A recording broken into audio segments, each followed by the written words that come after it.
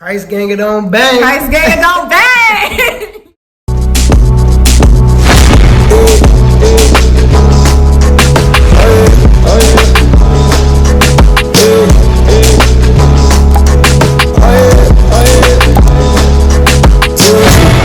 What's up, y'all? It's your girl Constance. And this is Eric, aka EG. And together we are the Christian Mingles. You may know me from my other channel, but the last time y'all saw me, I told y'all that I was in a sabbatical for 4 months, just following the Lord, seeing what He wanted for me, and that God brought me a friend. And now this friend is my fiance. So we are gonna talk to y'all about how God wrote our love story. I would say that our process was very short. Definitely in a worldly sense.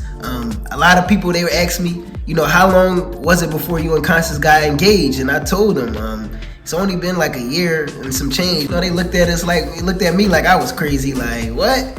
What?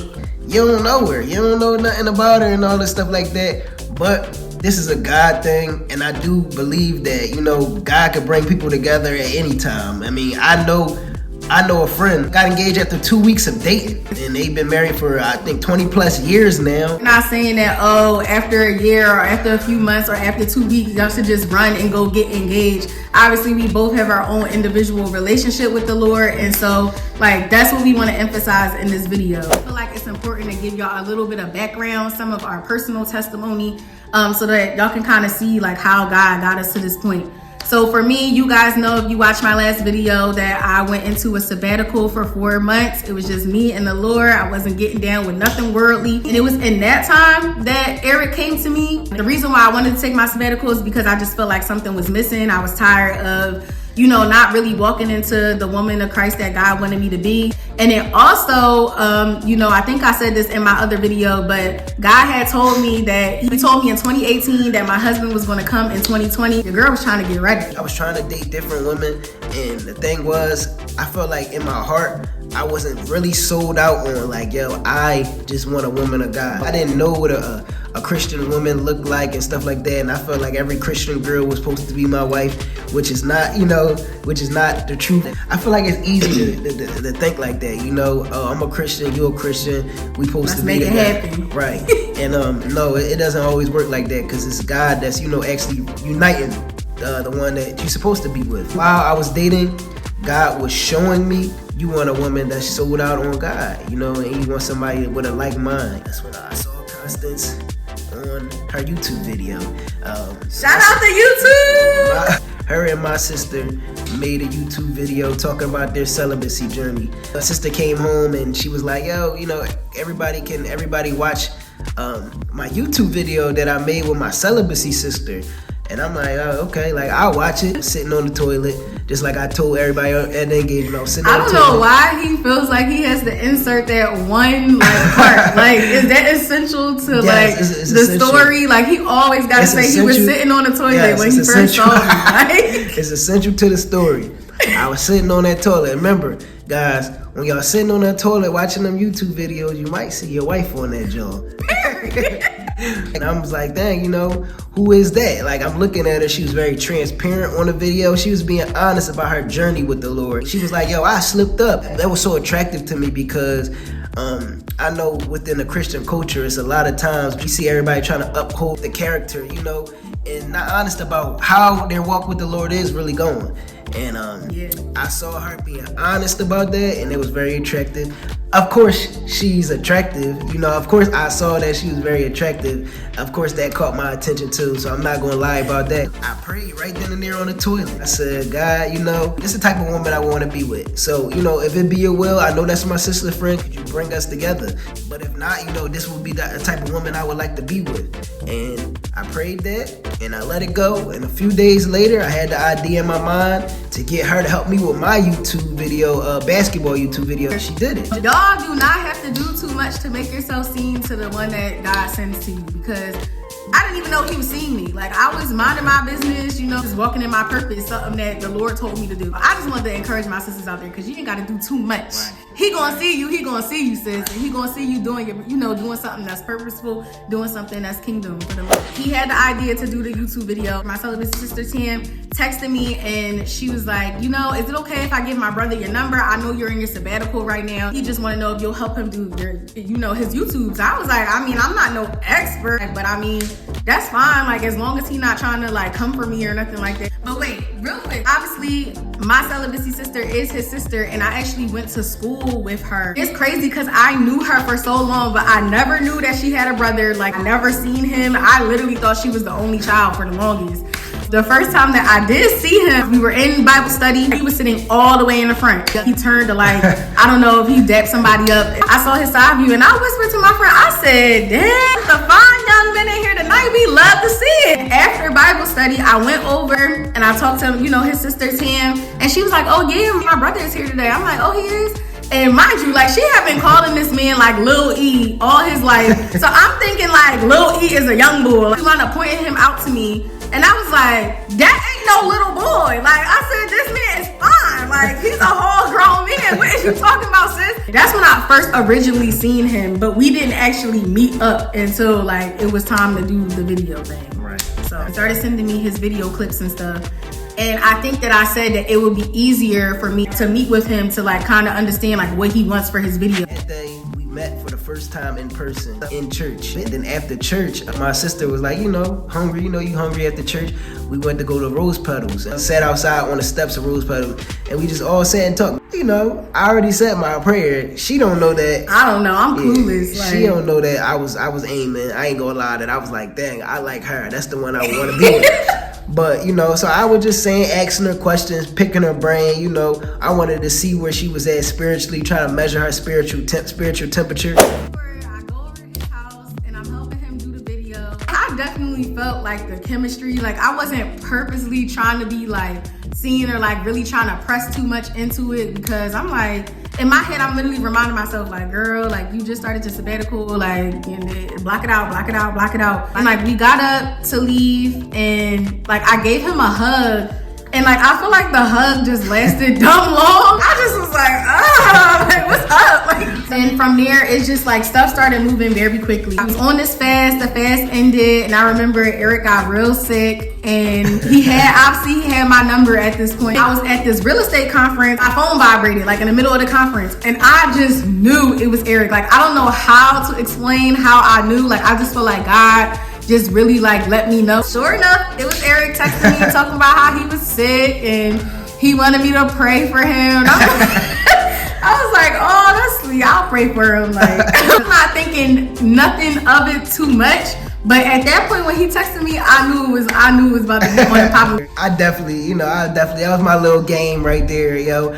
But I was really sick. I actually was. Like, I never fasted. That was my first time, like, really fasting. They told us, like, you should come back and eat soup and stuff like that. And I didn't listen. And I got back and I ate a bunch of food and I got really sick. I use that as some game. Ain't nothing wrong with that. Go ahead, fellas. Use it as a game. Use your weakness as some game. Even though I was not supposed to be, like, really, thinking about men at that time, I definitely feel like God was telling me to pay attention to him. I found out from his sister, he started saving my seat at church, which is crazy because back then, like before the pandemic, it was real hard to get a seat for the 11:30 service. If y'all go to B&E, y'all know what I'm talking about. His sister told me like, yeah, Lil E talking about some weird Constance. I saved her a seat. And I was like, oh, he's saving me seats now? Well, yeah, he started texting me, asking me like, oh, where you at? I got your seat for church and everything. And y'all, this man sissed me. Like, he was like, where you at, sis? Where you at, sis? And I sister because that is my sister in Christ. I am your sister. So I knew that, I should respect her in that way. You know what I mean? Even though I was in pursuit mode, I was pursuing. Got the seat for you, I enjoy spending time with you, so come here, I got the seat. After service one day, I think it was like a family life day or something like that. The church had all this leftover food or whatever. So I was like, yo, we should take this food, downtown to the homeless. God told me to tell, not ask. He told me to tell Eric that he was coming with me. So I was like, okay, like I'll tell him. But again, like I'm just like, yo, we barely know each other, but I listen. So when she told me that, I was already on go. I said, for sure, yeah, I want to go. My mentor always taught me to pray for a ministry partner and a wife. So when she asked me to do that, I was like already in my mind like, wow, this is like ministry partner stuff. Obviously, in the midst of that, we could tell people about Jesus. So when you first meet somebody, like you probably would be a little more mindful about like what you asking them to do with you and stuff like that. But it was weird because I felt like God gave me all this confidence. Like he was like, no, go tell him that he's coming with you. The first lady and some of the other people at church, they held our hands and prayed for us when we told them that we were going to go down and do it.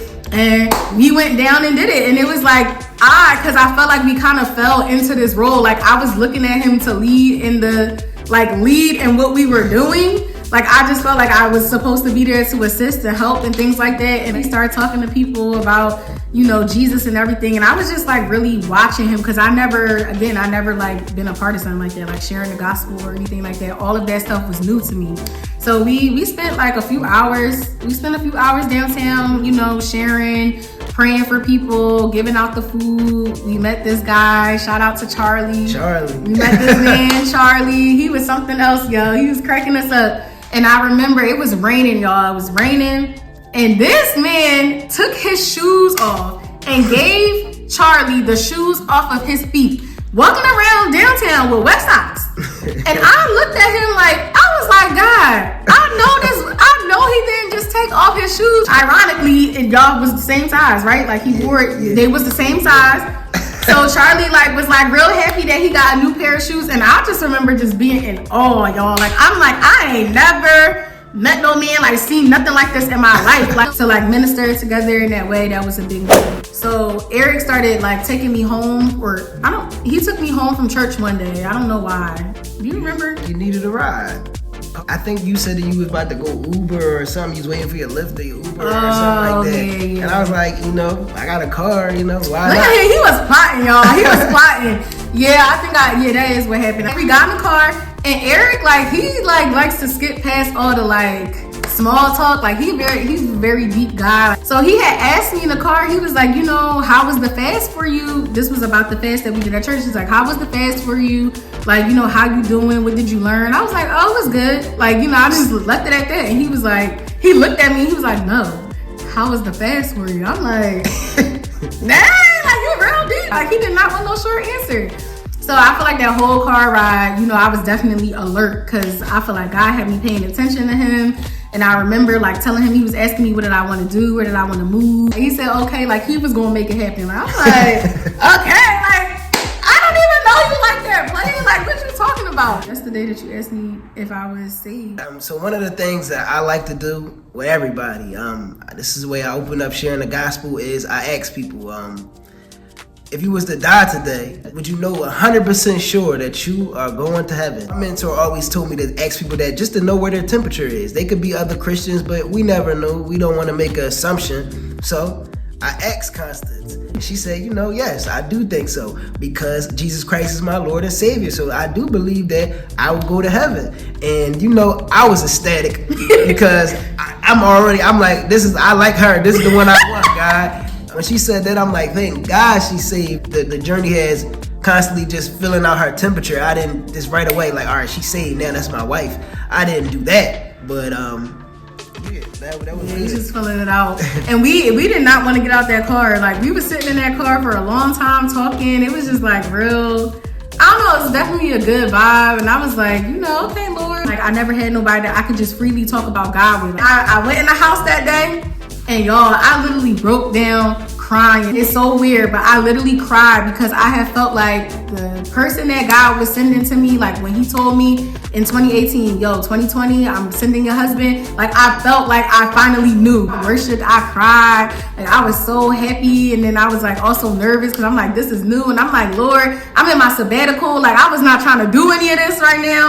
It was the perfect timing for him to come, to come into my life because Like, I was very much like, whatever God went, I'm with. And so I feel like, if he would have came at another time, we could have jumped the gun. I don't know, maybe I wouldn't have responded the way I was supposed to respond.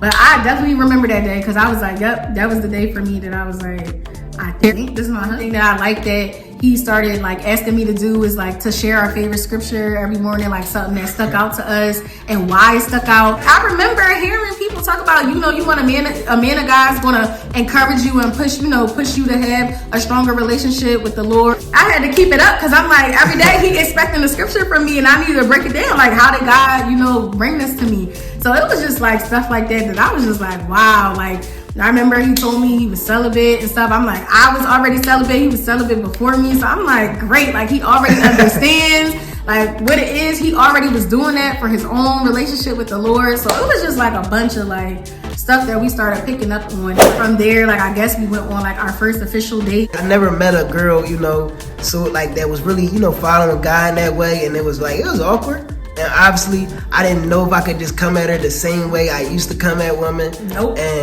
But so, I asked for some advice from one of my older Christian friends, and he was like, you should take her. He said, you should go on a walk with her. That's always the best first date, like going on a walk. And I was like, she do live right near Kelly Drive. I'm like, I'm an exes. God speaks to me in visions. He speaks to me in dreams. 2 or 3 days before he asked me to go on Kelly Drive, like, God had gave me the vision that he was going to ask me. Like, he had already told me. So it was like a waiting game. Like, I wasn't sure when he was going to ask me, but I knew that he was.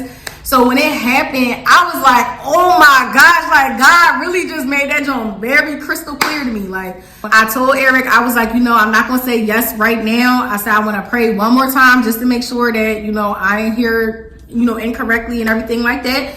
I prayed, God said yes, and I was like, all right, we in business. By the water and just kind of talked about like, our goals and just things that we, we're doing individually. We like told each other our testimony. Eric was welcoming me back and he had told me that I brought him joy. Being with her brought me joy. I told her that because I was recently learning about the real meaning of joy. Joy is being happy to be with somebody regardless, whether they're mad today, sad today, angry today, whether they upset, whatever. And I felt like I experienced that with Constance, so I told her that. Yeah, I was real shocked by it. Like, I just was like, what, this is our first date. Like, that was a good line. Oh my God. That was a good line. I asked her to come to my mom's birthday party. My mom had her 50th formal birthday party. Hey, I took a shot. I prayed about it and said, asked her. She said, yeah. She what you told me that you prayed about it. Yeah, I did. I was praying about everything. So I prayed about it and God said it was fine. He said you can go. I spent the day with his sister getting ready to go and stuff. And it's like just so odd because like by that point we only known each other for like over a month. Even though we were friends at the time, like obviously internally I felt something different. I think at the time he already felt something different. Like we kind of already knew that like we were gonna be moving toward marriage, but we just wasn't really speaking on it at that time. So I was all nervous. I'm like, dang, I'm about to meet his whole family. I guess it's not like his thing to bring like women to different like family events and stuff like that. I made a mental note. I was like, that's good. He ain't been bringing nobody around. But people was just, looking at me like, oh, like Eric really brought you here? Obviously, he felt very serious about your girl because it wasn't a lot of time, but he brought me around. I felt very welcomed into his family. Like I felt like people were acting as though we were already like something. Like somebody had made a comment was like, Eric, get your wife. Or they was like, Eric, come get your wife or something like that. And I remember that. I was like, period, because the girl has a wife. I had a photographer, so I took like some pictures. And Eric just jumped in my picture, and I'm gonna put the picture on the screen because he actually just jumped in my picture. So if you look at the picture, it looks like we were very comfortable with each other. It looks like, we had probably already been like dating, I guess, for a while. But that was like the first time he like, I guess we like physically like touched really or anything. And like that, it came out dumb good. I was starting to get hooked. Like, I'm like, ooh, I like him. Openly talking about the fact that, I felt like God sent him. He felt like God sent me very much had a clear vision, like, yeah, this is gonna be headed toward marriage, like, this is what we doing. But even though, like, we both knew that, like, I kind of actually felt like it put a little bit of pressure on our relationship because we knew so early on, like, I knew within the month that this was the man I was gonna marry. Like, I knew, and he knew the same thing. And so I started feeling like we moved away from the friend thing, and like the relational pressures started like coming on, because obviously we're still getting to know each other. So now I'm looking at it like, ooh, you gonna be my husband. Like, I don't know if I like that too much. And he's like, you know, you gonna be my wife. Like, I think you need to be a little more like this. So it wasn't like 100% like, oh, all good. It's like this misconception out there that when God shows you who your spouse is gonna be, that there's absolutely zero doubt in your mind. Like, everything is just like rainbows. And don't get me wrong, I feel like our story is very beautiful, but we definitely had some rocky moments. I was having doubts with Constance because like it was ways where I was seeing where, you know, she wasn't moving with faith. One of the first things she said was, we need to get into an argument for me to know that this is going to be a real thing. And I'm just like, okay, like in my mind, I was taken aback because I'm like, that's going to happen. We're going to argue, like we two human beings. We in a relationship, man and woman, we're going to get into an argument. Why do we have to like why do we gotta bring that up right here at the, you know, during the date? Why can't we just enjoy it, you know? And, you know, I felt like that was a way for her in her mind to have control over the situation, because if she known like we argued and stuff already, then I know it's real. You know, that's what I felt like she was doing. Cause for me, I was like, yo, things is just too good. Like, you just too good to be true. Like, that's how I felt about him. Like, I'm like, everything about him is just hitting it. Like, I'm like, something like, you know, y'all know what I'm talking about. Like, you be like, yo, he gotta be crazy. Like, there's a reason why he's single. There's part of me that like fully understands that God is in control, and like he was doing this thing and it was very new for me. And then there was a part of me that, you know, in my early stuff that's like, hold up, like we moving kind of fast, and like who are you? Like, I don't even know who you are. So I had told him, I feel like he's saying it very aggressively. Maybe I did come off like that, I don't know. But I just basically was like, you know, I'm not going to know if you're really the one for me if I don't see us in different situations. Like, I need to see you angry. I need to see how you respond when you sad. I need to see how you respond. It is benevolent. It is good that, you know, you understand. You had a sober enough mind to understand that I need to see these things. You know, right. I need to see you under pressure in order for me to really make my judgment call on you. I think it's a good thing, you know what I mean? I just was so taken aback by it because I'm like, in the moment, you know, like, what am I just gonna get mad and like, you know, like, why are we, you know? So, you know, I felt like we came to the understanding that like, yo, this is what we wanted to do, and we felt like God confirmed it for both of us in prayer and stuff like that. And, you know, she was having doubts and stuff like that. And so that made me actually just look at her like, man, I don't know if this is the woman I want to be with. She doubted me. My insecurities were heightened, you know, triggered because of her doubts. So it wasn't so much about, you know, what Constance was doing that made me doubt. It was more so about my own self. You know, I always struggle with people trusting in me or lacking trust in me for that to say, you know. It really made me lack trust in myself, and, you know, it made me want to just like, okay, well, I need somebody who's going to uphold me on a pedestal. You know, I need somebody that's going to always be like, Eric is always going to have it together and not have a doubt. It really made me think about, you know, am I judging the situation soberly? Right. You know, am I really looking at her as a woman of God that she is? Like, out of all the stuff that God already showed me with her, you know, all the things that he showed me about her being a woman of God and being a woman for me, out of all the stuff he showed me, it's these things or are these flaws in her going to make me turn away. And I feel like God showed me that, you know, she's going to have these flaws because you got to pay attention to yourself, Eric, and you got to recognize that you have flaws. You're doubting, you're insecure about a lot of stuff. So yeah. So I just felt like, you know, God really humbled me in that manner and was like, you know, you're worried about Constance's doubt, but what about your doubt? I made my decision, like, I'm going to listen to what I heard you say. I'm going to go for it. You know, this is going to be my wife. I'm going to go for it. And that's when I kind of start really moving forward, and I stopped putting the doubts and stuff. I kind of put it to the side, you know. So even when Constance was doubting, I didn't let that, I didn't let that deter me. So the night before our engagement, Constance she got in a bad mood because we had to change plans at the last minute, and the plans were not favorable for her. The reason why we changed plans was because the weather changed, and I actually wanted to propose to her on the beach before the rain came down. So she didn't know that, and she got very upset about it, and she got into her head about a lot of stuff. Like, she felt like I wasn't a man that was gonna hear her. She was really doubting me that night, whether if I was gonna be the man that was gonna be able to do that type of stuff for her.